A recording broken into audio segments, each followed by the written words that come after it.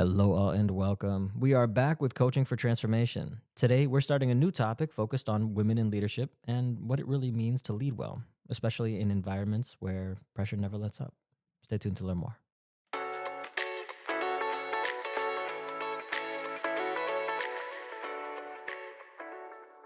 Susan, back once again. Hey, Dario, how's it going? Good. So, today's topic in women in leadership is being a strategic leader.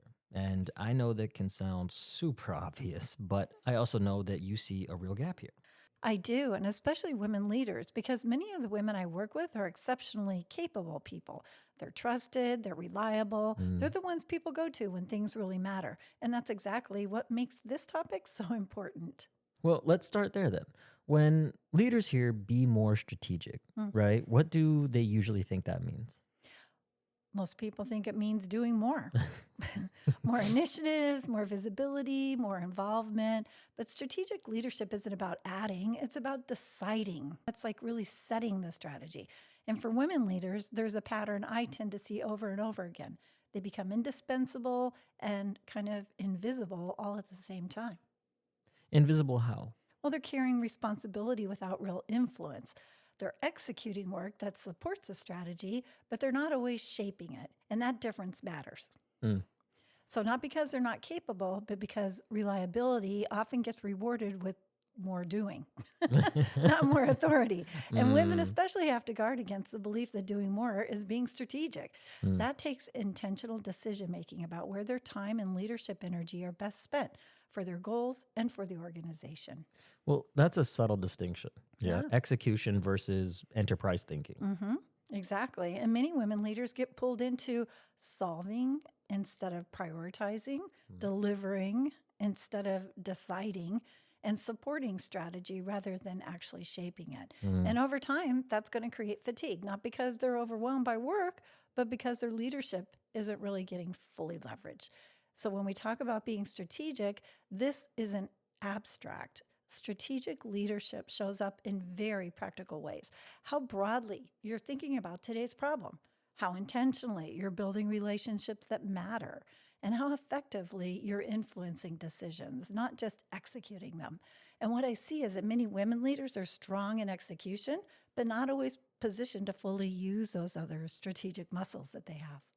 So, strategy isn't a title or a planning cycle, it's how you operate day to day. Exactly. So strategy lives in conversations with other people, right? Priorities and choices. And it's not just about living in documents.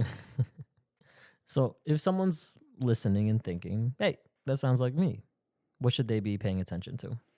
Me, I'd be asking them to notice a few things. First off, where am I spending my leadership energy? Secondly, am I reacting or am I choosing? And third, am I being valued for output or for insight and judgment that I bring to the table? And here's why that matters right now. We're leading in environments that are more complex, more interconnected, and more demanding than ever before, Dario. And decisions don't sit in neat lanes anymore like they used to.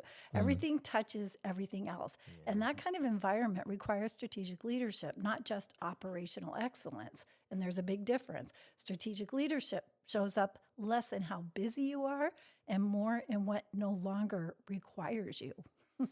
And this is where coaching comes in, right? Sure, it absolutely does.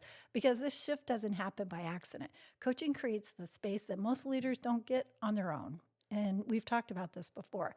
Space to slow down their thinking, space to challenge long-held expectations or beliefs they may be holding that aren't serving them anymore.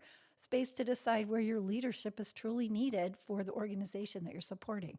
And for women leaders in particular, coaching often becomes the place where they stop proving and start redefining and positioning themselves. It's very powerful. Positioning themselves as strategic leaders, not just dependable ones. Yes, exactly. And that's true whether someone is working one-on-one through executive coaching or participating in women in leadership development programs where they start getting this insight that they need to help them kind of see a different way to lead. The common thread is intention here. Okay. So if you're listening and realizing you might be leading in constant motion instead of intentional choice, what's the next step? I would say start a conversation with a coach or a trusted mentor who can really help tease out what's getting in the way for you to be strategic. Strategic leadership begins when you decide to pause and decide better. If this resonates, please reach out because I'd love to talk to you. Coaching is often where the shift starts. Well, thank you so much, Susan. This was a great way to kick off the series. And next time, we'll be talking about being an inclusive leader. Okay, I'll be looking forward to that. All right. Until next time.